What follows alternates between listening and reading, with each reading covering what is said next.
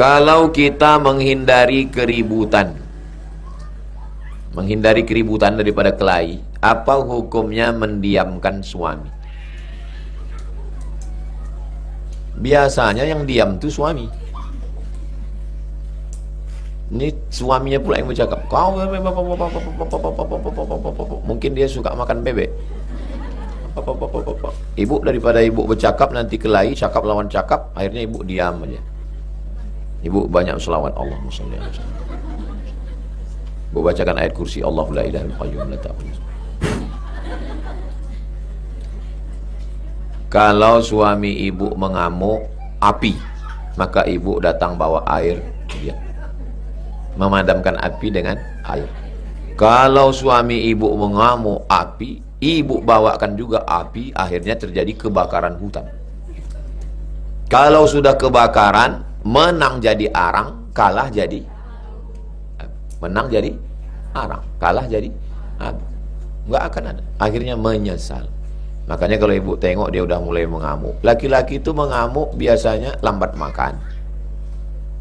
Laki-laki itu mengamuk, ada masalah dia di luar, di kantor, di mana-mana, mau dilawannya atasannya tak sanggup, dia ngamuk dia ke bininya. Tapi kalau ibu mau ngasih tahu sekali-sekali boleh, kau asalkan mengamuk sama pegawai kantor, tak bisa kau melawan, kau lampiaskan di rumah. Supaya dia ingat, mesti ada yang ingatkan dia. Kalau tidak nanti dia akan terus menganiaya. Jangan mau teraniaya. Tapi sikap ibu untuk diam, bagus. Ibu diam, cakap dia itu ibu catat. Apa poin-poinnya? Nanti setelah tenang ibu sampaikan. Yang kau tuduh aku menghabiskan duit belanja, anak kau kencingnya 5 kali sehari. Duit itu kemarin untuk beli pampers. Yang kau tuduh aku bersolek-solek, itu karena mukaku pucat. Kalau aku tidak pakai bedak, aku keluar disangka orang sundel bolong, mak lampir susir ngesot. Aku bukan mau bersolek, maka kau jangan cemburu. Yang kemarin aku pulang lambat itu hari Jumat sore, aku bukan, itu kemarin acara pengajian. Kebetulan pas pulang, motornya kena hujan mogok. Jadi setelah dia tenang baru kasih jawaban. Jadi perbuatan ibu mendiamkan saat itu nggak apa-apa. Tapi kalau ibu diamkan, alhamdulillah Pak Ustaz, sudah saya diamkan dia 3 tahun lah. La yahillu li muslimin, tidak boleh mendiamkan orang. Ayah jura akhaku fawqa salasi layalin, tak boleh lebih dari 3 hari 3 malam. Jadi ibu kalau mendiamkan catat, sehari, 2 hari, 3 hari, jam berapa pasnya? Jam 11. Jam 10.55 mulailah. Hai Besti, kenapa kau tiba-tiba ngomong? Sudah hampir 3 hari.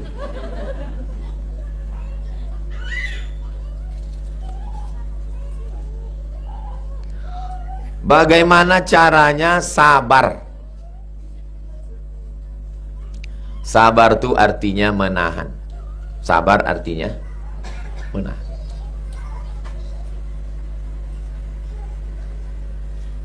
Sabar artinya menahan.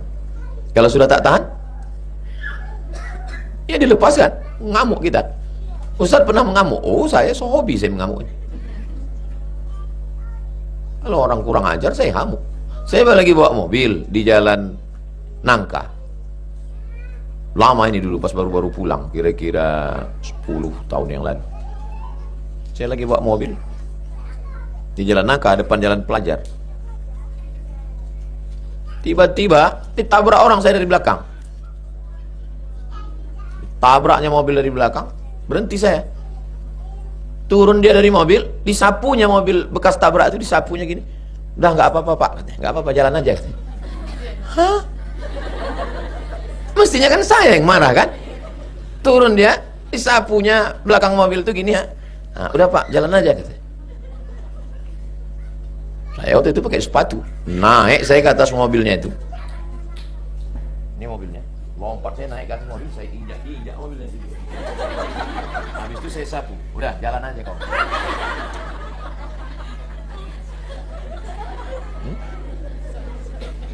Karena dia kurang ajar, maka dia mesti dikasih ajar. Ayah dia tak mengajar dia, mak dia tak mengajar dia, maka dia jadi anak kurang ajar. Saya mengajar dia. 1 lawan 1, saya sendiri, dia sendiri. Alhamdulillah, habis itu dia pun Masuk ke mobil, pergi dia. Udah, satu sama, jangan mau 1-0. Nah, jadi jangan kita mati kutu, mati langkah. Jangan kita pas disapu orang itu terkejut. Ah, iyalah, terima kasih ya. Bohong itu. Sabar itu sabar yang paling tinggi. Sabar paling tinggi adalah sabar menggunakan harta untuk jalan Allah. Itulah sabar. Ada orang yang sabar mengasih duit membangun 27 kelas. Ini kan 27 kelas. Nah, itu sabar dia. Sabar dia mengasih duit itu. Padahal duit itu bisa dipakainya shopping, bisa dipakainya beli mobil. Lalu dia sabar demi untuk jadi sekolah. Nah, itu sabar yang paling tinggi. Sabar dalam beribadah. Ibu sabar bangun jam 2 malam. Sabar. Ibu sabar pakai jilbab. Anak masih muda sabar pakai jilbab. Sabar. Itu sabar yang pertama, sabar paling tinggi. Sabar yang kedua adalah ada kesempatan untuk buat dosa tapi tidak mau. Itu sabar. Ustadz, ini ada duit haram nih Pak Ustadz. Saya bilang, jangan goda saya, nanti saya tergoda. Sabar menahan diri dari yang haram padahal ada kesempatan. Nah, itu sabar level 2. Baru sabar yang paling bawah adalah sabar menerima ujian. Sakit, kehilangan, kematian, sabar. Jadi sabar itu berapa level? 3. Sabar yang pertama, sabar beribadah. Sabar yang kedua, sabar menahan diri dari dosa. Sabar yang ketiga, sabar ketika ditimpa dengan ujian. Adapun kita dianiaya orang, asinno bisinni. Gigimu dipatahkan orang, patahkan gigi dia. Al-ainu bil-aini, matamu dicucuk orang, cucuk biji mata dia. Al-anfu bil-anfi, hidungmu dikorek orang.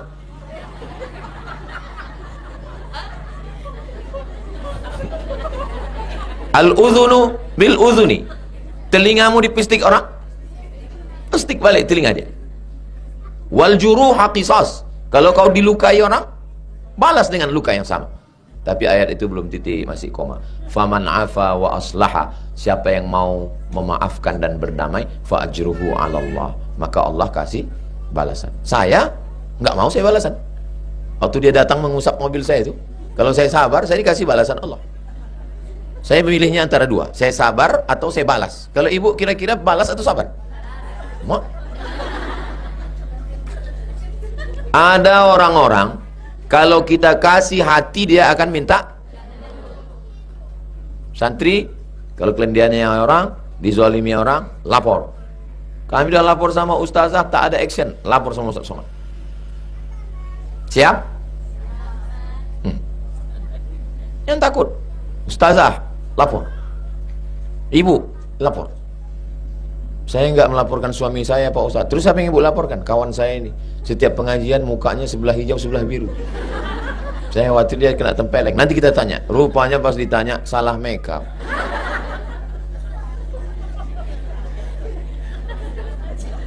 Setiap mau pergi mati lampu. Jadi lupa menengok. Asal sampai di tempat acara orang senyum dia senyum. Orang pun senyum dia pun mak yang cantik kali aku sekarang ya. Rupanya. Makanya sebelum berangkat itu tengok dulu.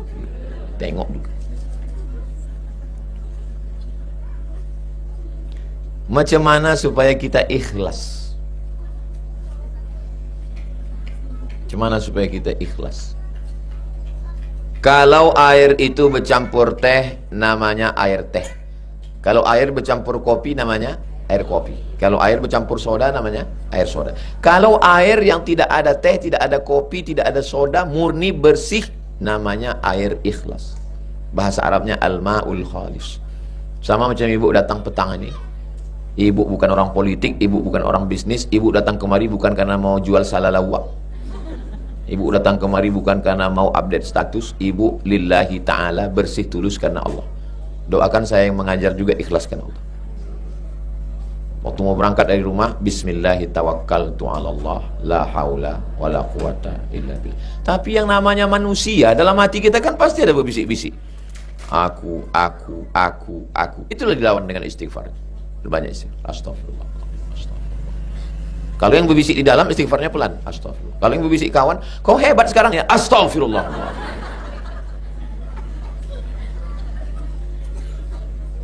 Hebat rumah kau ya, titipan Allah, Allahu Akbar. Ini anak kau cantik, alhamdulillah. Ini anak perempuan kau cantik, masya Allah, tabarakallah. Ini suami kau, innalillah. Semuanya balikkan ke Allah. Jangan bilang karena saya, karena aku, tak boleh. Situlah pintu setan masuk. Apa hukum menjoki tugas kuliah?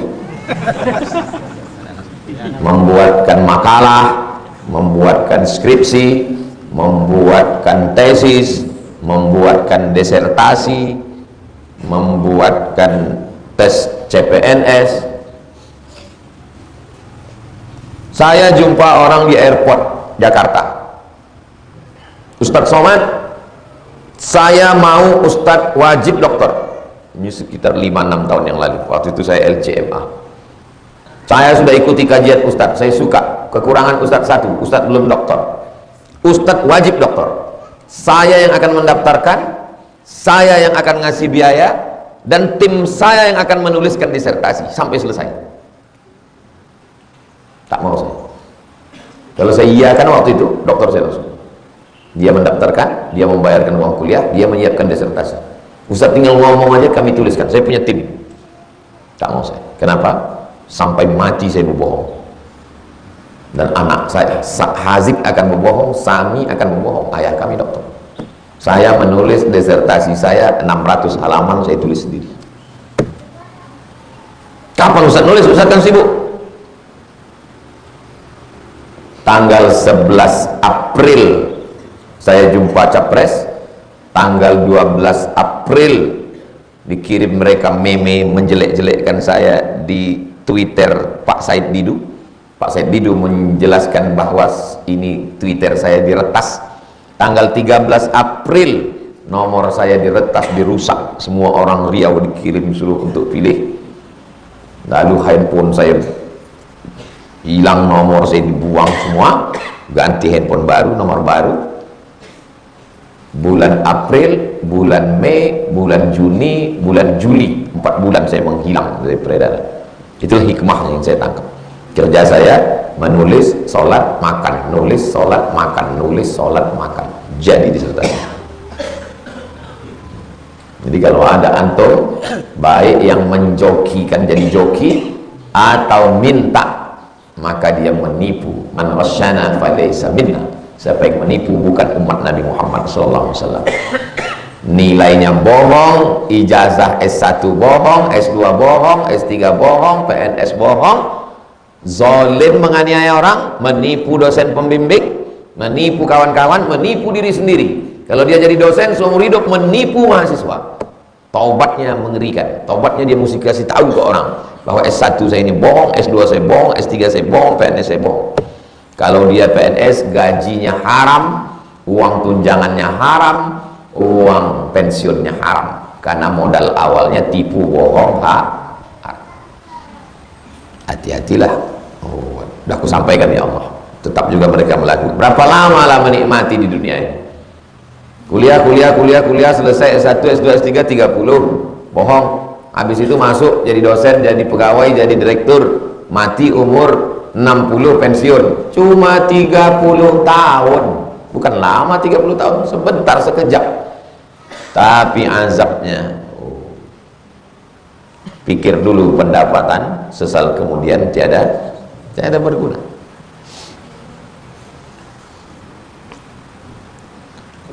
Bagaimana niat pada muqaddimah witir?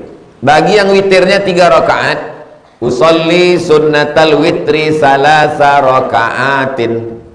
Yang witir 3 rakaat. Bagi yang witirnya 21, yang 2 rakaat itu namanya muqaddimatul witri. Niatnya usolli raka'ataini minal witri. Usolli raka'ataini minal witri. Saya sholat 2 rakaat bagian dari witir. Witirnya 3 tapi dipisah. 2 rakaat salam tambah 1 rakaat salam. Mana yang lebih afdal, 3 rakaat 1 salam atau 2-1? menurut mazhab Syafi'i afdal 21. Karena yang 21 itu takbiratul ihramnya 2, iftitahnya 2, tasyahudnya 2, salamnya 2. Amalnya lebih banyak, pahalanya lebih banyak. Ikhlasnya wallahu a'lam. Ikhlas siapa yang tahu? Malaikat yang tahu. Ini cerita tentang banyak amalnya. Mana yang banyak amalnya antara witir 31 atau 21? 321. Usalli raka'ataini minal witri.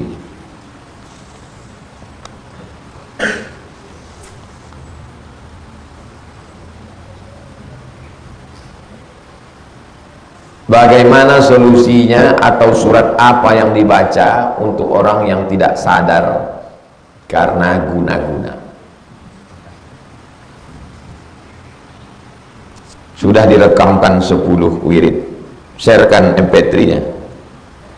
Istighfar, Fatihah, Qul huwallah, Al-Falaq, An-Nas, pangkal Al-Baqarah sampai wa'alaikumul muflihun, ayat kursi, ujung Al-Baqarah sampai habis, lillahi mafis, afdalul zikri fa'lam annahu la ilaha illallah, Allahumma salli ala sayyidina Muhammad wa ala ali sayyidina Muhammad.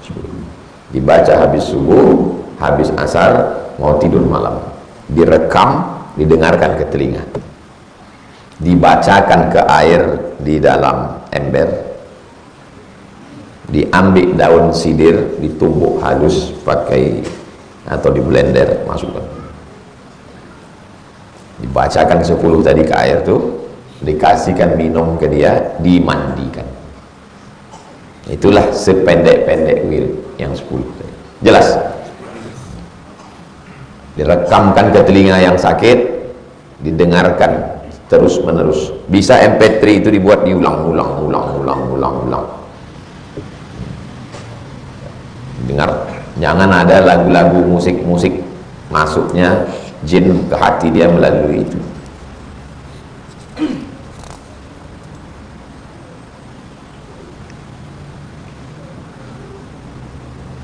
Apa saja amalan yang harus ditingkatkan di bulan Ramadan?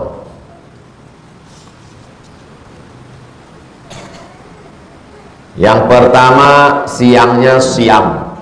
Siam itu menahan. Tahan mata, tahan telinga, tahan kaki, tahan tangan, tahan hati, tahan lidah. Nama ibadahnya siam. Malamnya qiyam. Banyak-banyak sholat sunat. Sholat sunat witir, sholat sunat tarawih, witir, bangun malam, sholat sunat wudhu, sholat sunat taubat, sholat sunat tahajud, sholat sunat hajat. Yang ketiga, qiraatul Quran, menghatamkan Al-Quran. Yang keempat, bersedekah buka puasa. Sedekah. Sanggup masakkan, antar. Tak sanggup masakkan, bawakan beras, minyak goreng. Sebulan 10 hari, tak sanggup 3 hari. Tak sanggup juga, kasih duit, suruh dia beli. Yang kelima, paling singkat, zikir. Tasbih zikir, tahmid zikir, takbir zikir, istighfar zikir, salawat zikir. Tapi afdal zikir, fa'lam annahu la ilaha illallah. Tadi itu kita baca 100. Antum tambah 200, 300, 1000, bagus. Buat amalan-amalan. Istighfar 100, salawat 100, la ilaha illallah 100, Al-Fatihah 100, Qul huwallah 100.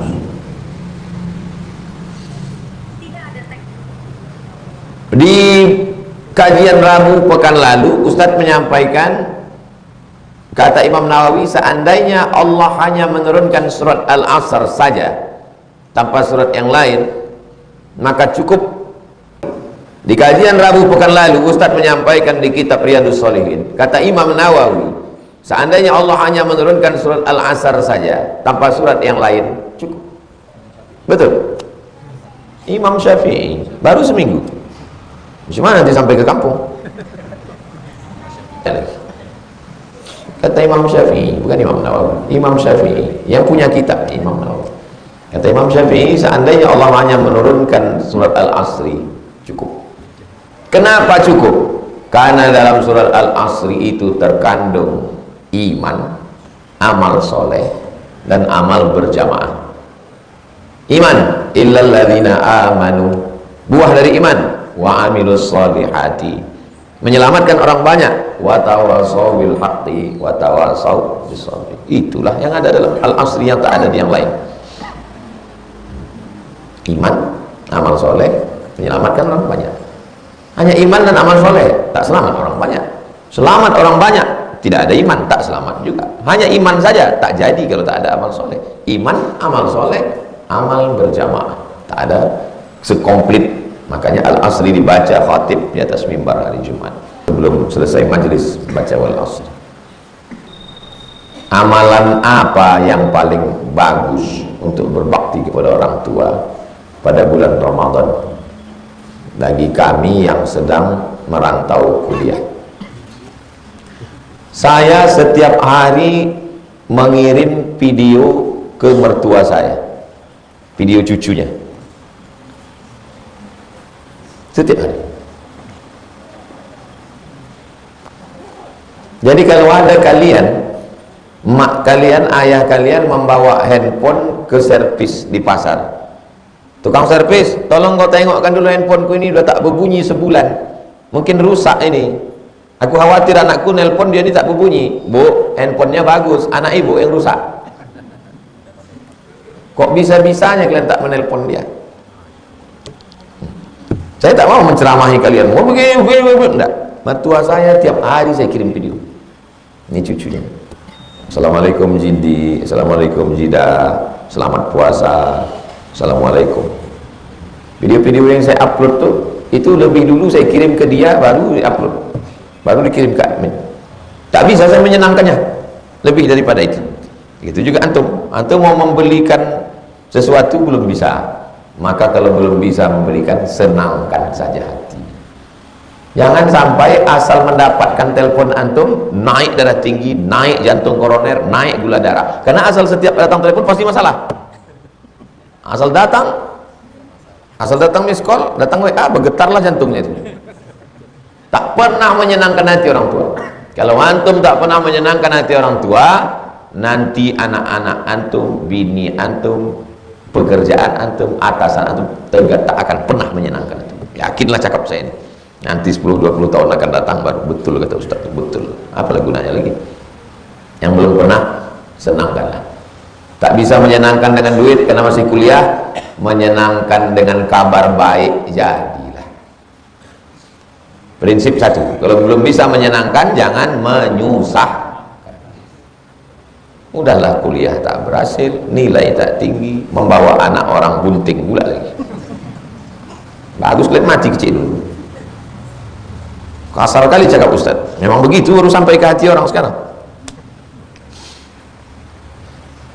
Saya anak muda, apa yang bisa saya lakukan untuk menuntun orang ketika sakaratul maut?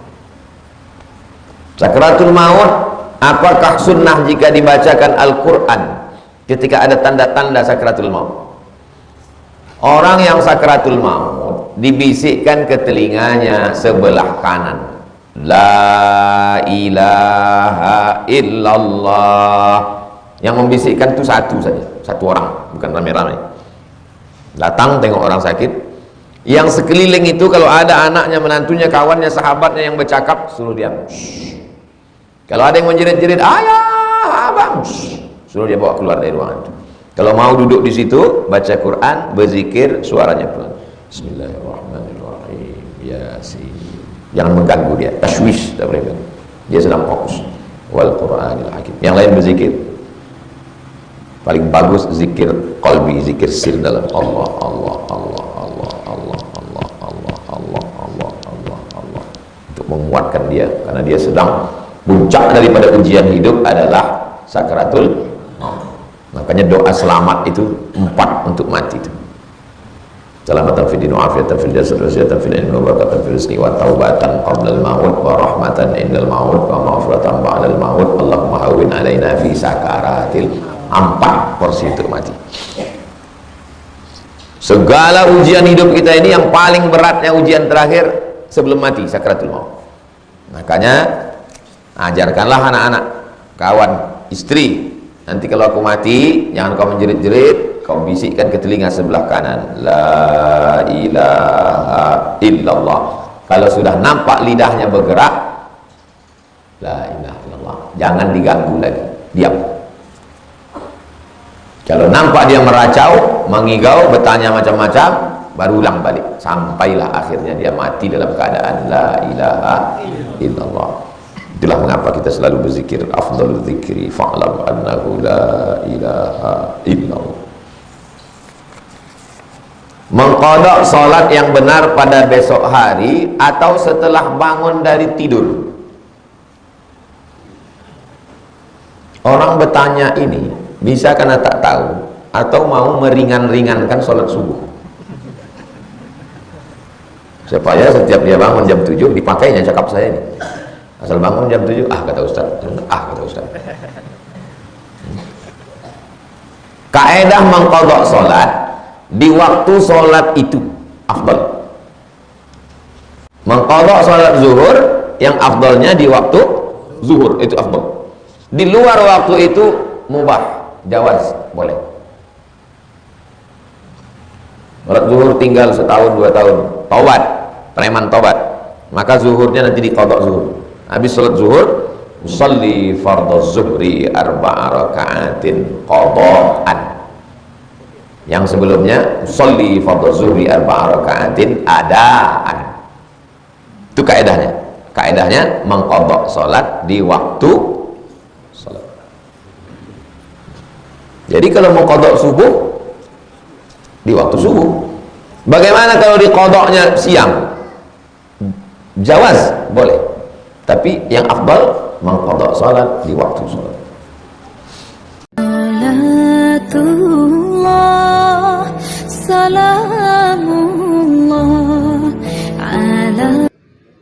Assalamualaikum warahmatullahi wabarakatuh.